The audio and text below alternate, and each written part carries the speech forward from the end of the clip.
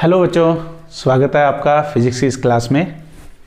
अब तक अपन 5 lecture discuss कर चुके हैं, जिसमें अपन ने चुंबकीय क्षेत्र से संबंधित बायो-सावर्त नियम के काफ़ी सारे अनुप्रयोग, फिर साइक्लोट्रॉन, फिर धारावाही चालक पर लगने वाला चुंबकीय बल, और अब अपन डिस्कस करेंगे धारामापी। बिल्कुल नया टॉपिक है। अपना टॉपिक है धारामापी। नाम से क्लियर, धारा को मापने वाला।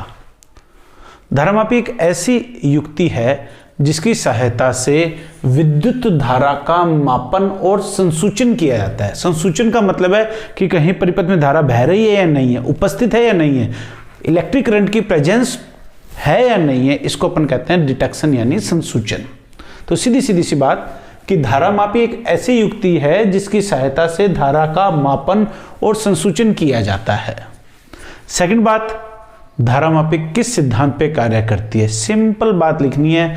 जैसे लास्ट क्लास में मैंने टॉपिक बताया था कि किसी भी आयताकार कुंडली को समचुंबकीय क्षेत्र में यदि रख दिया जाए तो उस कुंडली पर, उस लूप पर क्या लगता है, बल आघूर्ण लगता है। बल आघूर्ण उस कुंडली को क्या करेगी, घुमाएगी। जितनी ज्यादा उसमें धारा प्रवाहित की जाएगी उतनी ज्यादा कुंडली घूमेगी। धारामापी इसी सिद्धांत पे कार्य करता है। क्या धारामापी इस सिद्धांत पे कार्य करता है कि जब किसी भी कुंडली में धारा प्रवाहित करके उसको कहां रखा जाए, चुंबकीय क्षेत्र में रखा जाए, तो उस कुंडली पर बल आघूर्ण लगता है और कुंडली घूमने लगती है। यानी कुंडली में क्या उत्पन्न होता है, विक्षेप। अर्थात जितनी ज्यादा धारा प्रवाहित की जाएगी उत्पन्न विक्षेप का मान उतना ही अधिक होगा। धारामापी किसी भी तरह का हो, हमेशा एक ही सिद्धांत पे काम करेगा, I directly proportional to phi. प्रवाहित धारा किसके समानुपाती, उत्पन्न विक्षेप के समानुपाती। ये बेसिक सिद्धांत है। अब अपन बात करते हैं धारामापी के प्रकार की। 2 प्रकार का है, चल कुंडली, मूविंग कोयल, जिसमें कुंडली चल रही हो, और नंबर 2 चल चुंबक, जिसमें मैग्नेट मूविंग कंडीशन में हो, चुंबक गतिशील अवस्था में हो। वो कौन सा आ जाएगा, चल चुंबक धारामापी। चल कुंडली धारामापी 2 तरह का है, निलंबित यानी सस्पेंडेड टाइप, और दूसरा है किलकित यानी पाइवेटेड टाइप। चल चुंबक का उदाहरण है स्पर्शज्या धारामापी, जो कि अपने राजस्थान बोर्ड के सिलेबस में मेंशन नहीं है। अपन इसमें डिस्कस करेंगे दोनों ही, निलंबित चल कुंडली धारामापी और किलकित चल कुंडली धारामापी। चलो बच्चों, अपन स्टार्ट करते हैं। निलंबित चल कुंडली धारामापी, बिल्कुल सिंपल सी बात है। निलंबित का मतलब होता है टांगना, चल कुंडली का मतलब जिसमें कुंडली चल रही हो। डायग्राम ध्यान रखना है हमें, थोड़ा थ्योरेटिकल पार्ट है लेकिन थ्योरी लिखनी नहीं है। कैसे, इस डायग्राम को देखें। इसमें क्या है, एक आयताकार फ्रेम है जिस पर एक विद्युत रोधी तार अनेक फेरों के रूप में लपेटा हुआ है। इसका एक सिरा फास्फर ब्रॉन्ज तार से किसी एक निलंबन शीर्ष से, जिसको अपन ने नाम दिया मरोड़ी शीर्ष, इसके बारे में मैं बताऊंगा आपको, निलंबित किया गया है, और तार के मध्य भाग में एक दर्पण लगाया गया है। इसी कुंडली का जो अंतिम सिरा है उसको स्प्रिंग की सहायता से संयोजित करके एक टर्मिनल T2 से जोड़ा गया है, और मरोड़ी शीर्ष को जोड़ा गया है टर्मिनल T1। टर्मिनल T1 और टर्मिनल T2 यहां विद्युत स्रोत का कार्य करते हैं, यानी कुंडली में जो धारा प्रवाहित होगी वो इन पेचों की सहायता से होगी।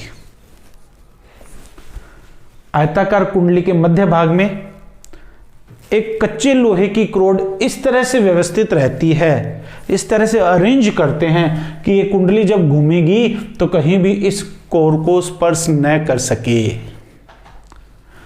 और पूरी की पूरी व्यवस्था को 2 शक्तिशाली चुंबकीय ध्रुव, जो कि किस आकृति के होने चाहिए, अवतल आकृति के होने चाहिए, इनके बीच में रखा जाता है। क्यों, क्या क्या कारण है, ये सब अपन डिस्कस करेंगे।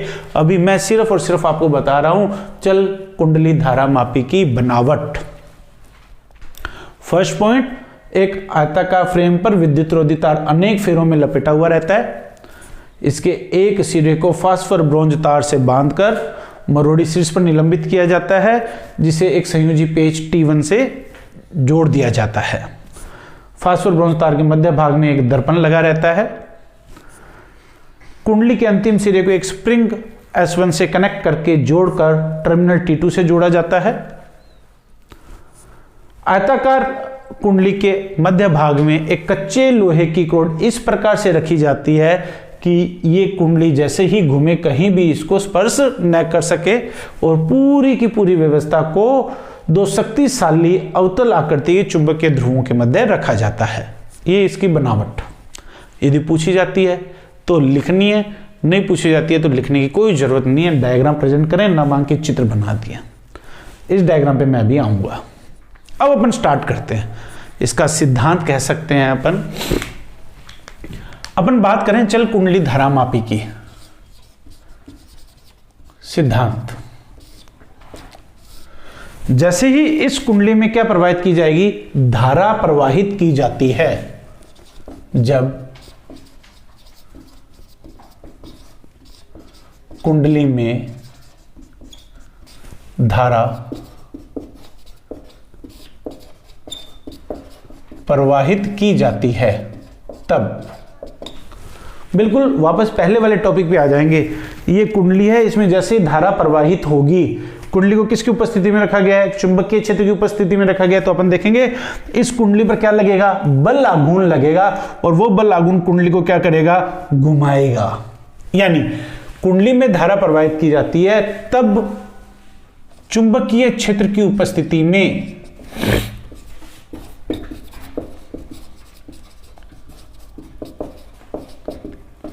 कार्यरत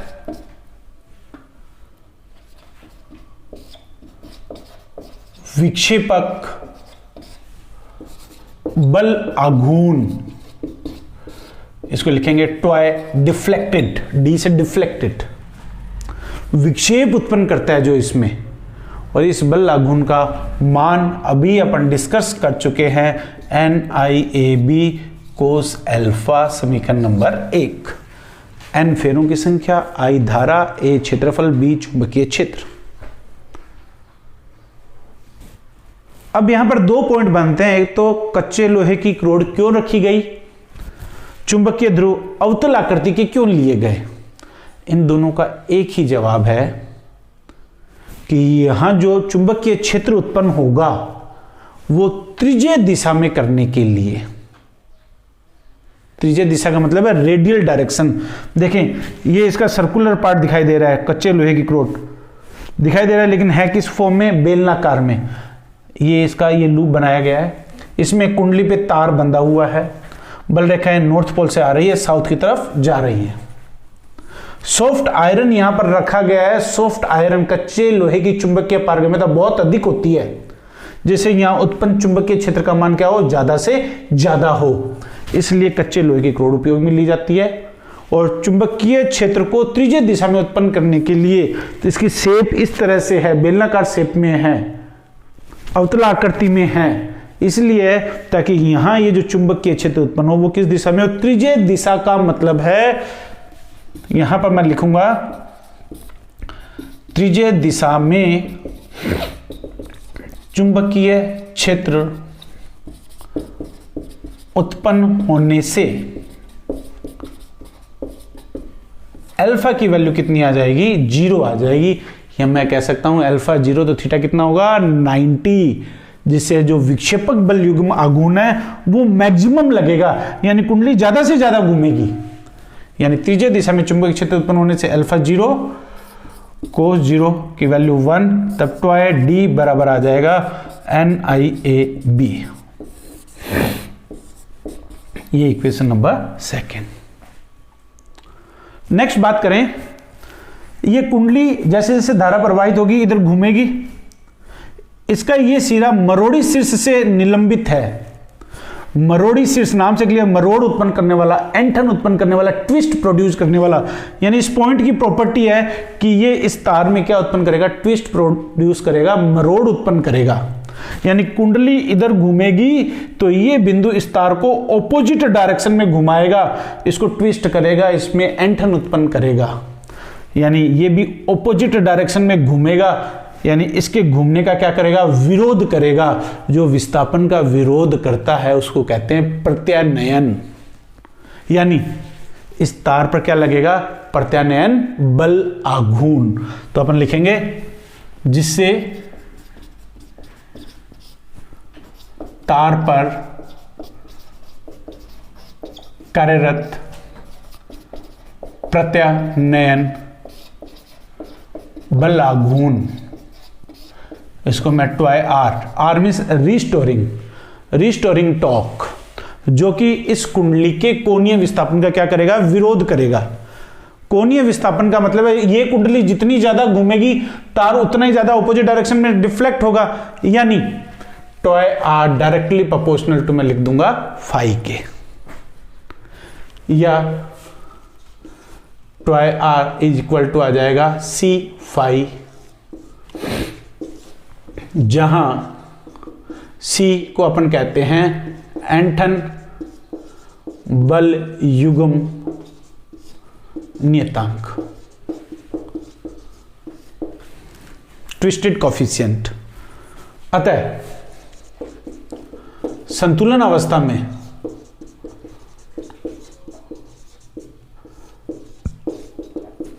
बैलेंसिंग कंडीशन में एक टॉर्क इधर लग रहा है विक्षेपक, और इसका अपोज कर रहा है कौन, रिस्टोरिंग यानी प्रत्यानयन बल।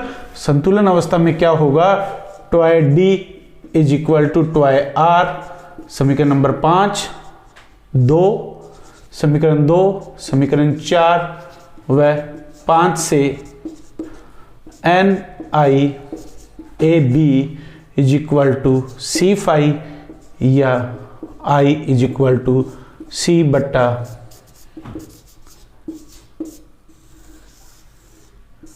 N A B phi.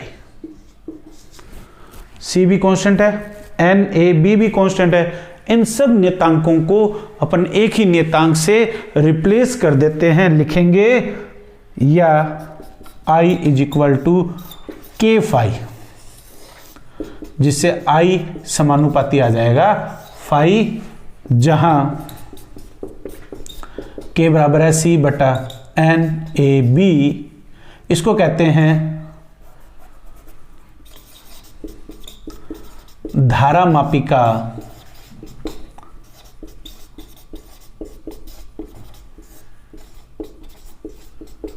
परिवर्तन गुणांक, चेंजिंग कोफिशिएंट ऑफ गैल्वेनोमीटर। तो आपके पास आ जाएगा I समानुपाती फाई, और यही क्या है, धारामापी का सिद्धांत के जितने ज्यादा मान की धारा प्रवाहित होगी उत्पन्न विक्षेप उतना ही अधिक होगा। अब बात अपन करते हैं कार्यविधि की। जनरली पूछे जाने के बहुत कम चांसेस है, बट पूछा भी जा सकता है, इसको इग्नोर नहीं कर सकते हैं। कार्यविधि का मतलब है फाई की वैल्यू कैलकुलेट करना, विक्षेप ज्ञात करना। यहां ये जो फाई है इसकी वैल्यू कैलकुलेट करना। इसकी वैल्यू अपन कैलकुलेट करते हैं लैंप व स्केल व्यवस्था से। ये इसकी कार्यविधि है, क्या, लैंप व स्केल व्यवस्था से विक्षेप फाई ज्ञात करते हैं। थोड़ी सी 3D व्यवस्था है, फिर भी कोशिश करूंगा बोर्ड पे समझाने की। इसमें क्या व्यवस्था रहती है, एक स्टैंड,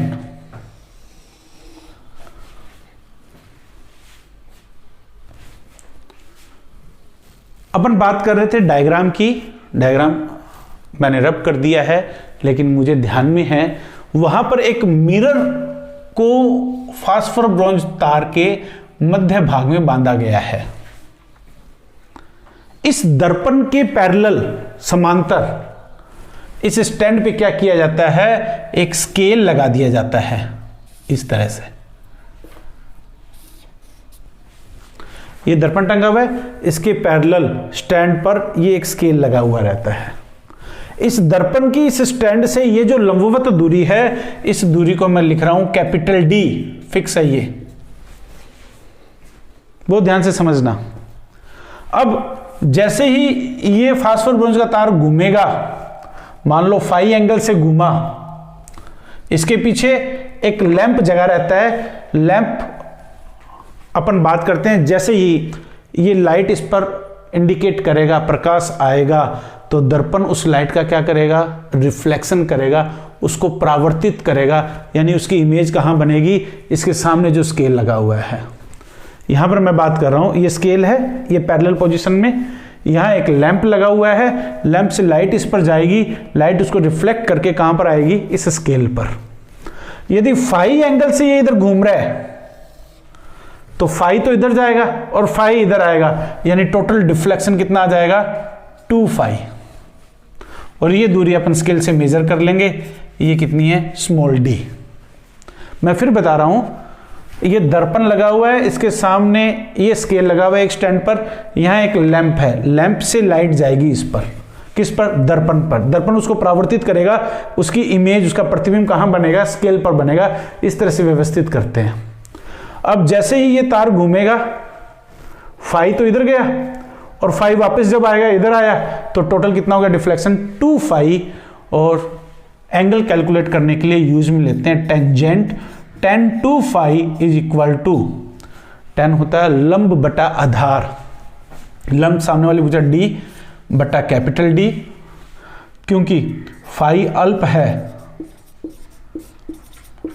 तब tan 2 फाई आ जाएगा 2 phi is equal to D बटा capital D, phi is equal to आ जाएगा D बटा 2D, जहां जो कैपिटल D है, ये दूरी नियत दूरी ली जाती है लगभग 1 मीटर।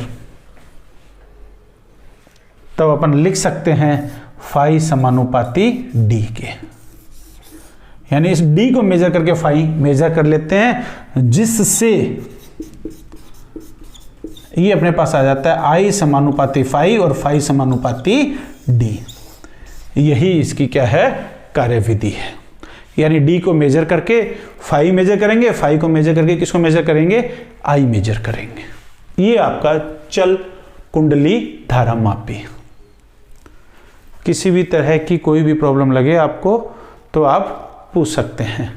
यदि अब अपन बात करें इसके पैरामीटर्स की, इसके प्रचाल की, जिस पर वन लाइन क्वेश्चन भी बनते हैं, जिस पर आपके न्यूमेरिकल क्वेश्चन भी बनते हैं, वो है सबसे पहला पॉइंट आपका चल कुंडली धारा मापी के लिए इसकी धारा सुग्राहिता।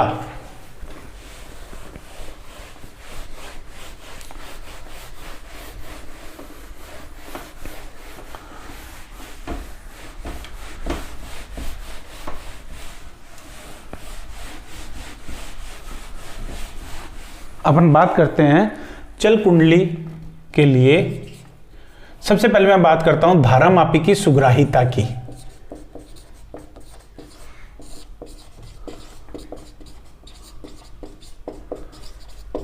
आपसे पूछ लिया जाए सुग्राहिता किसे कहते हैं, सेंसिटिविटी किसे कहते हैं, कि बहुत अल्प मान की धारा भी प्रवाहित की जाए तो भी अत्यधिक विक्षेप प्रदर्शित करे, तो इसको अपन कहेंगे धारा मापी की सुग्राहिता। सुग्राहिता से तात्पर्य है अल्प मान की धारा प्रवाहित करने पर भी अत्यधिक विक्षेप प्रदर्शित करना, क्या कहलाती है, धारा मापी की सुग्राहिता। लिख देता हूं यहां पर, अल्प मान की धारा प्रवाहित करने पर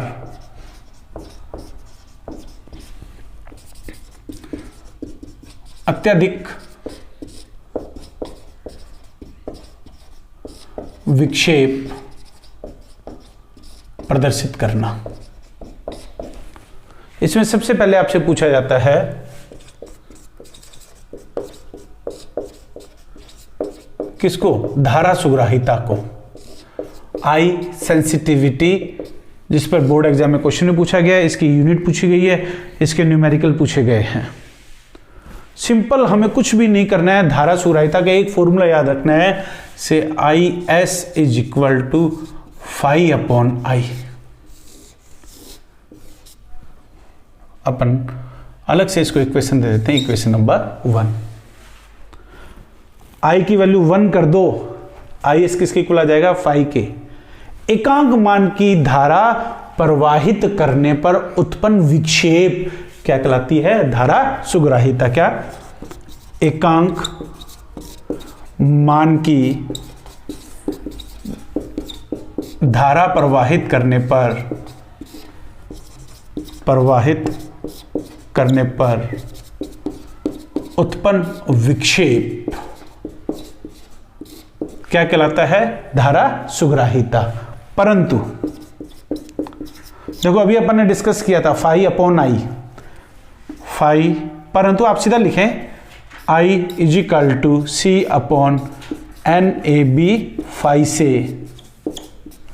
आपके पास धारा सुग्राहिता आ जाएगी आई एस फाई बटा आई बराबर एन ए बी बटा सी। समीकरण नंबर 2, यानी धारा सुग्राहिता का सूत्र आ जाएगा एन ए बी बटा सी।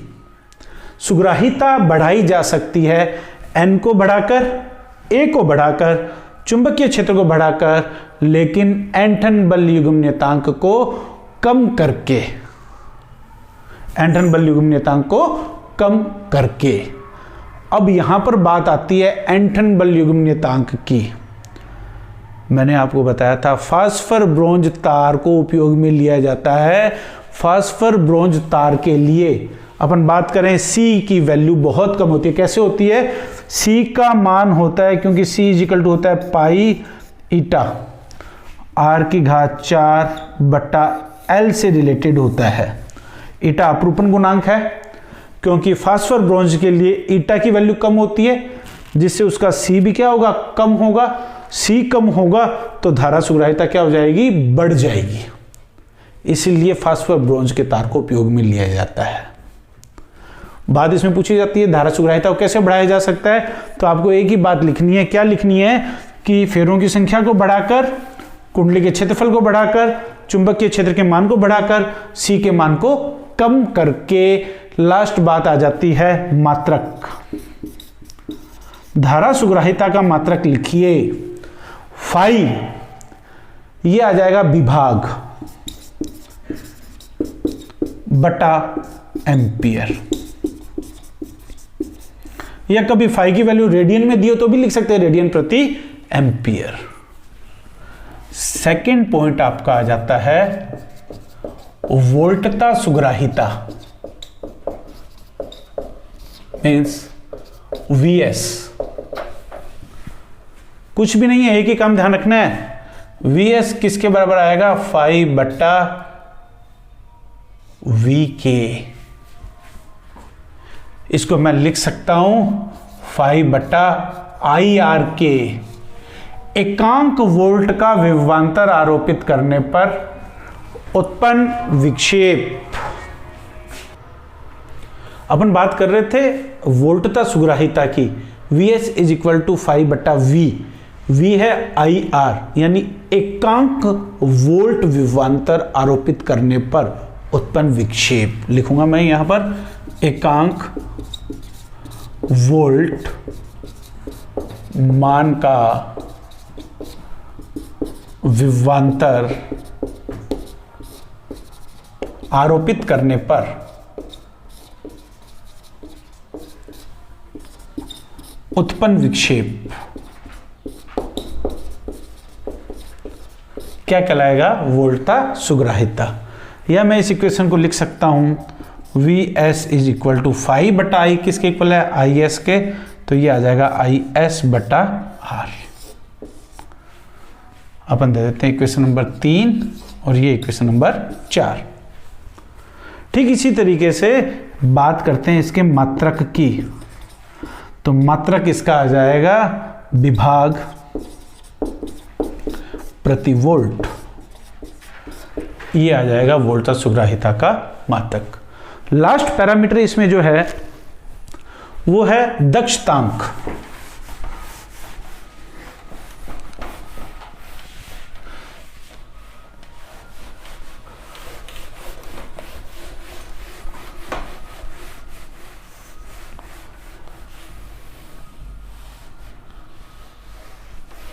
अब हम बात करेंगे धारामापी के दक्षतांक की। तीसरा पॉइंट यहां पर आ जाएगा। दक्षतांक बराबर है, दक्षतांक को परिभाषित किया जाएगा आई बटा फाई।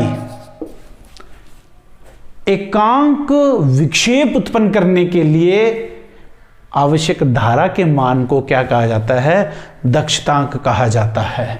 यानी मैं यूं कह सकता हूं 1/IS धारा सुग्राहिता का व्युत्क्रम मान क्या कहलाता है? दक्षतांक कहलाता है। यदि अपन बात करते हैं मात्रक की तो वही एम्पियर प्रति विभाग है। ये 3 पैरामीटर्स आपके हैं जो इसमें आपसे पूछे जाते हैं। ये आपका चल निलंबित चल कुंडली धारामापी कंप्लीट। इसी से रिलेटेड एक छोटा सा पार्ट है, हालांकि बहुत रेयर चांस से पूछा जाए, फिर भी उससे रिलेटेड 1 लाइन क्वेश्चन पूछे जाने के चांसेस हैं। क्या है? वो है आपका किलकित चल कुंडली धारामापी। मेनली आपको इसका डायग्राम ध्यान रखना है। डायग्राम कैसे ध्यान रखना है?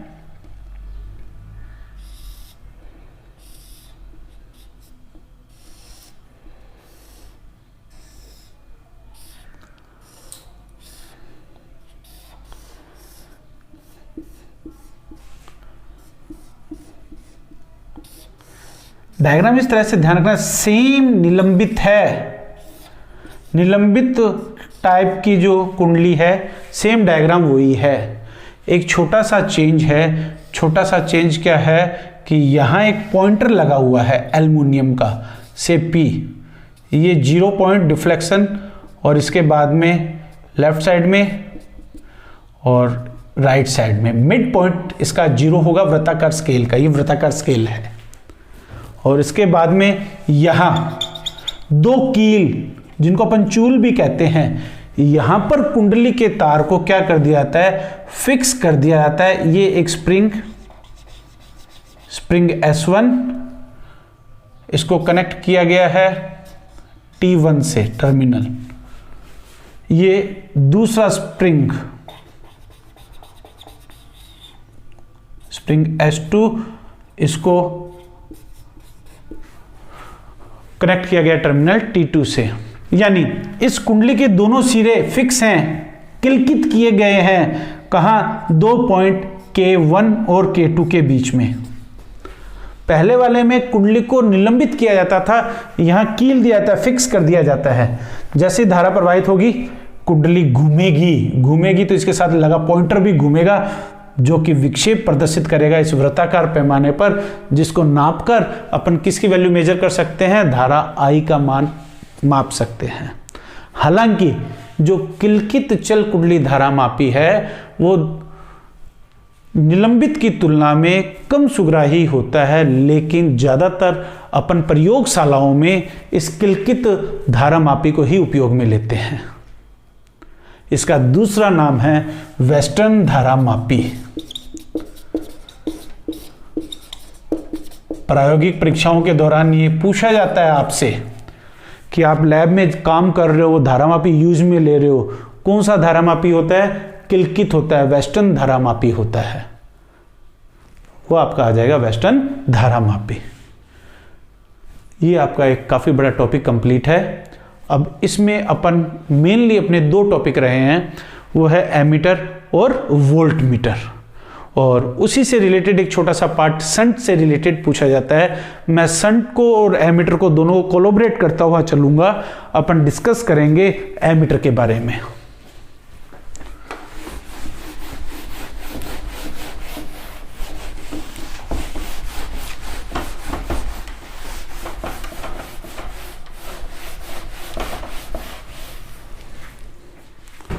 अपन बात करते हैं सबसे पहले एमीटर की। कुछ इंपॉर्टेंट पॉइंट्स यहां डिस्कस करते चलेंगे। सबसे पहली बात, एमीटर क्या है? एमीटर एक प्रकार का किलकित धारामापी है। एमीटर क्या है? एक तरह का किलकित धारामापी है, जिसकी सहायता से परिपथ में विद्युत धारा का मापन किया जाता है। सबसे पहली बात, एमीटर की सहायता से परिपथ में क्या किया जाता है? विद्युत धारा का मापन किया जाता है। यदि मैं बात करता हूं वोल्ट मीटर की,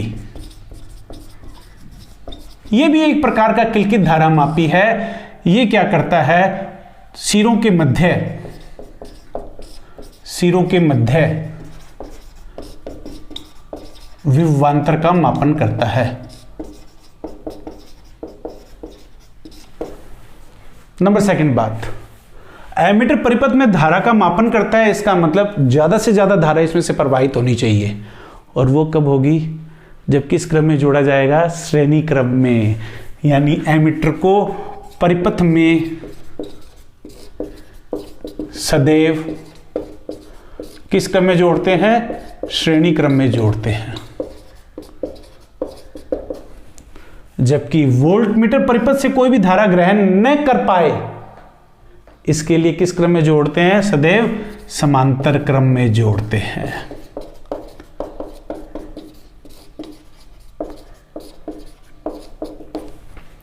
थर्ड बात, बोर्ड एग्जाम में पूछा गया क्वेश्चन, आदर्श एमीटर का प्रतिरोध आपको ध्यान रखना है।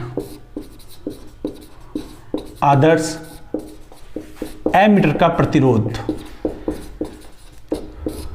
एमीटर धारा मापता है, इसका मतलब प्रतिरोध कम से कम होना चाहिए, और आइडियल कंडीशन में कितना होगा, 0।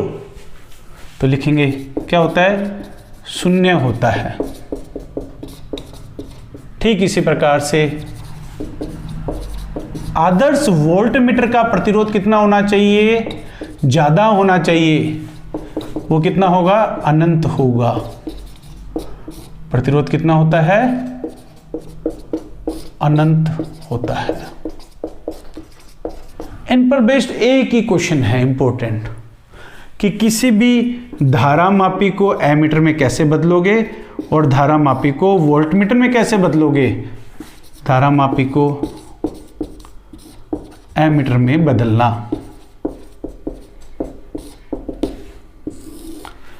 ठीक यही बात आ जाती है धारा मापी को वोल्टमीटर में कैसे रूपांतरित करोगे। बहुत इंपॉर्टेंट क्वेश्चन बनता है, धारा मापी को एमीटर में कैसे रूपांतरित किया जा सकता है, धारा मापी को वोल्टमीटर में कैसे रूपांतरित किया जा सकता है। मैं बात करता हूं धारा मापी की। धारा मापी का प्रतिरोध हमें क्या करना है एमीटर में बदलने के लिए, कम या ज्यादा। एमीटर का प्रतिरोध कम होना, बहुत कम होना चाहिए। इसके लिए अपन क्या करते हैं, और प्रतिरोधों को संयोजित करने के 2 संयोजन होते हैं, एक तो श्रेणी क्रम और एक समांतर क्रम। समांतर क्रम संयोजन में क्या होता है, जो सबसे अल्प प्रतिरोध जोड़ा गया है, तुल्य प्रतिरोध का मान उस अल्प से भी क्या हो जाता है, अल्प, यानी प्रभावी प्रतिरोध को कम करने के लिए कौन सा संयोजन, समांतर क्रम। तो मैं बात करूंगा इस धारा मापी के समांतर क्रम में अपन बहुत बहुत अल्प मान का एक प्रतिरोध जोड़ देते हैं, जिसे अपन क्या कहते हैं, शंट प्रतिरोध कहते हैं। यानी विद्युत परिपथ में बहुत ज्यादा मान की धारा प्रवाहित कराने के लिए उसके प्रतिरोध को बहुत अल्प करना पड़ता है, और बहुत अल्प करने के लिए धारा मापी के समांतर क्रम में जो प्रतिरोध जोड़ा जाता है वो प्रतिरोध कौन सा होता है, शंट प्रतिरोध। यानी धारा मापी के समांतर क्रम में बहुत अल्प मान का शंट प्रतिरोध जोड़ने पर ये जो युक्ति प्राप्त होती है, इसी युक्ति को क्या कहा जाता है, एमीटर कहा जाता है। अब बात करते हैं यहां प्रवाहित धारा कितनी है, I। इस जंक्शन पॉइंट पर धारा मापी में से प्रवाहित धारा कितनी है, IG। तो रिमेनिंग कितनी रह जाएगी, I आ रही थी, IG इधर गई, तो ये रह जाएगी I माइनस IG। ये दोनों समांतर क्रम में जुड़े हुए हैं। समांतर क्रम में जुड़े होने से यदि मैं बात करता हूं विभवांतर का मान क्या रहता है, समांतर G के सिरों पर इसका प्रतिरोध G है, विभवांतर कितना होगा, IG बराबर इसके सिरों पर विभवांतर कितना आएगा, I minus IG into S, या S का मान यहां लिख दूंगा समांतर क्रम में, ये आ जाएगा S बराबर IG बटा I minus IG into G। इस सूत्र की सहायता से अपन किसका मान ज्ञात कर सकते हैं, शंट प्रतिरोध का। यानी धारामापी के समांतर क्रम में इतने मान का शंट प्रतिरोध जोड़ने पर जो युक्ति है वो क्या बन जाती है, एमीटर बन जाती है। और इस युक्ति का प्रभावी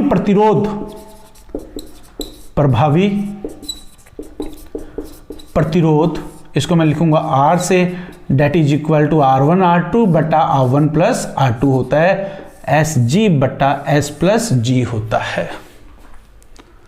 ठीक है, ऐसे अपन बात करते हैं धारामापी को वोल्टमीटर का प्रतिरोध क्या होना चाहिए, बहुत ज्यादा। और प्रतिरोध बढ़ाने के लिए कौन सा संयोजन काम में लेना पड़ता है, श्रेणी क्रम संयोजन। यानी मैं लिखूंगा यहां पर धारामापी के श्रेणी क्रम में एक अति उच्च मान का प्रतिरोध, H मीन्स हाई, धारामापी के श्रेणी क्रम में एक उच्च मान का प्रतिरोध जोड़ने पर यह जो युक्ति बनती है,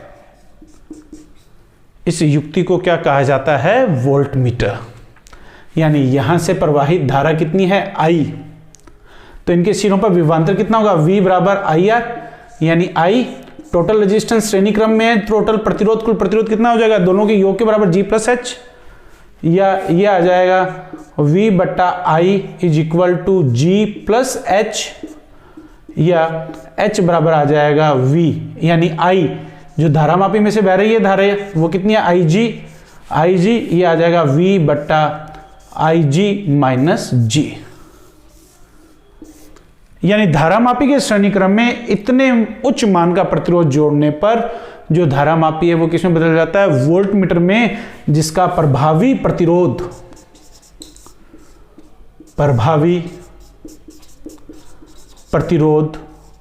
जिसको मैं लिखूंगा R से, R इफेक्टिव से, दोनों श्रेणी क्रम में हैं, ये आ जाएगा G प्लस H से। तो बच्चों ये आपका एमीटर और वोल्टमीटर याद रखने के लिए एमीटर को परिपथ में किस क्रम में जोड़ते हैं, श्रेणी क्रम में, परंतु धारामापी को एमीटर में बदलने के लिए किस क्रम में जोड़ा जाता है, समांतर क्रम में। ठीक है, ऐसे ही वोल्टमीटर किस क्रम में जोड़ते हैं, समांतर क्रम में, लेकिन बदलने के लिए किस में जोड़ते हैं, श्रेणी क्रम में। ये आपका एक टॉपिक काफी बड़ा कंप्लीट है। लास्ट अपना टॉपिक रहा है एम्पियर के नियम और एम्पियर के अनुप्रयोग, वो अपन बच्चों मिलेंगे नेक्स्ट क्लास में। Thank you.